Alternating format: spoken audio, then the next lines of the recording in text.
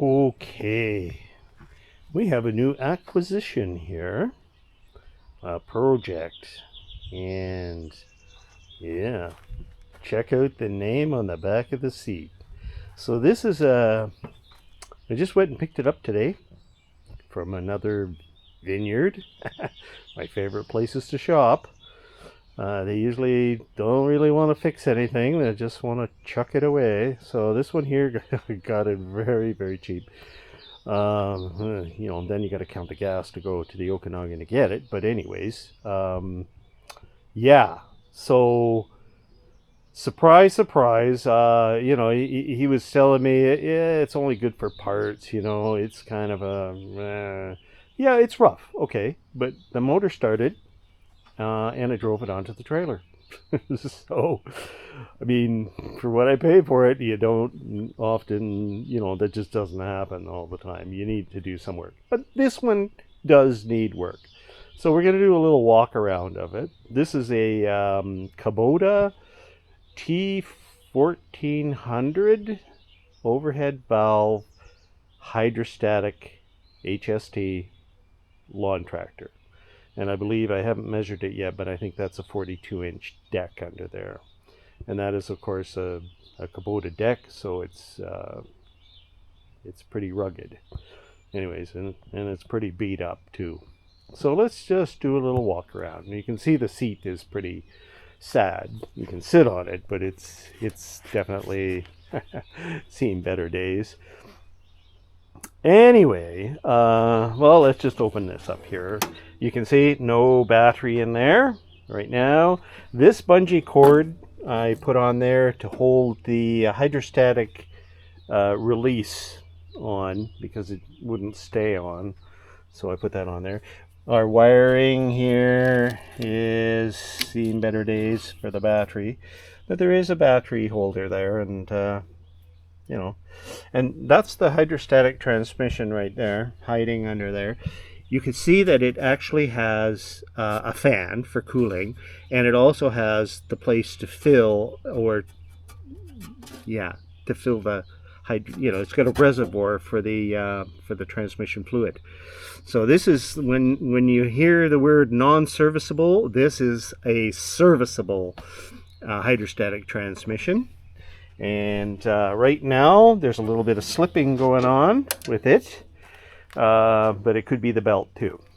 So there's things to check. You can see it's it's a little bit of dirty. By the way, this is exactly how I picked it up. The only thing is that the trip here, maybe in the wind, some of the grass clippings have blown off it or whatever. So tires are okay. They're holding air and everything. The front tire is a little bald there. So let's have a look at this thing. Yeah, the seat's rough. This is your deck, raise and lower. I'm not sure how you adjust the height. It probably done with the gauge wheels, which are also mostly missing.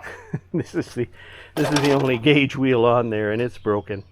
So we're also missing the deflector. Oh boy, I think I could make one though for this tractor. Blades look like they're pieces of crap. I did, when it was running, I did engage the deck, and yeah, no problem there. Deck's engages just fine. Again, I'm going to say belts misaligned, maybe, who knows, hey? That's the engagement lever right there for the deck. There's the key. It actually turned it on, started it, and stopped it when there was a jumper pack hooked up. This is the headlight switch. Wow, fancy switch. Pretty basic, eh? Let's open up the hood here, and you'll see that gas tank is hiding right up here. It even has a little bit of a gauge. Right now it's full of gas, which is quite amazing. I'm going to have to empty that out, because this thing needs to be cleaned up good. So this is a 13.5 horsepower overhead valve motor, and there's of course a debate as to whether this is a Kawasaki engine or it is actually Kubota. Well, this thing's from the 90s, early 90s. So what? It's pushing 30 years old, and this motor still runs just fine. Air cleaner over there. There's the oil dipstick right there too. Whoa. I don't know. I'm thinking that, oh, it's just barely showing on there. So yeah, I think it needs a complete service. So yeah, it's all here. Wiring maybe needs something. My hydrostatic reverse and forward pedal could use some rubber on it. The brake pedal, this is, yeah, it's got a brake pedal. It also is a parking brake, so you can lock that on. Yeah, it's pretty neat. And apparently the headlights work. So, but the plastic lens is missing. Gonna have to make one of those. And I could, I could make one. Or just do something different. But yeah, one bald tire. No, two bald tires.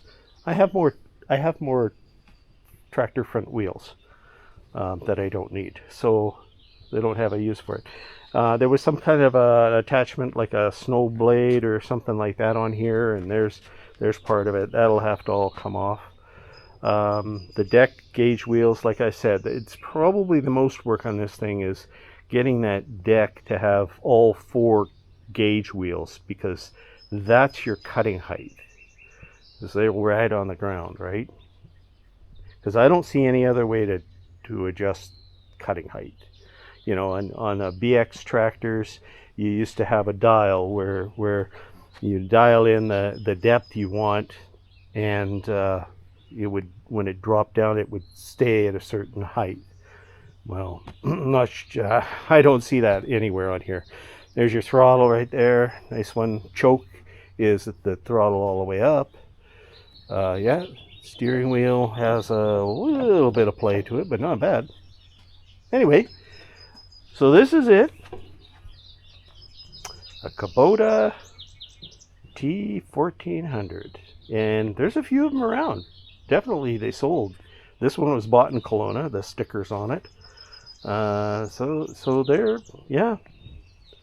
they're kind of a common machine in the Okanagan Valley there, for people who wanted the quality of Kubota's quality, and something that wasn't going to fall apart on them.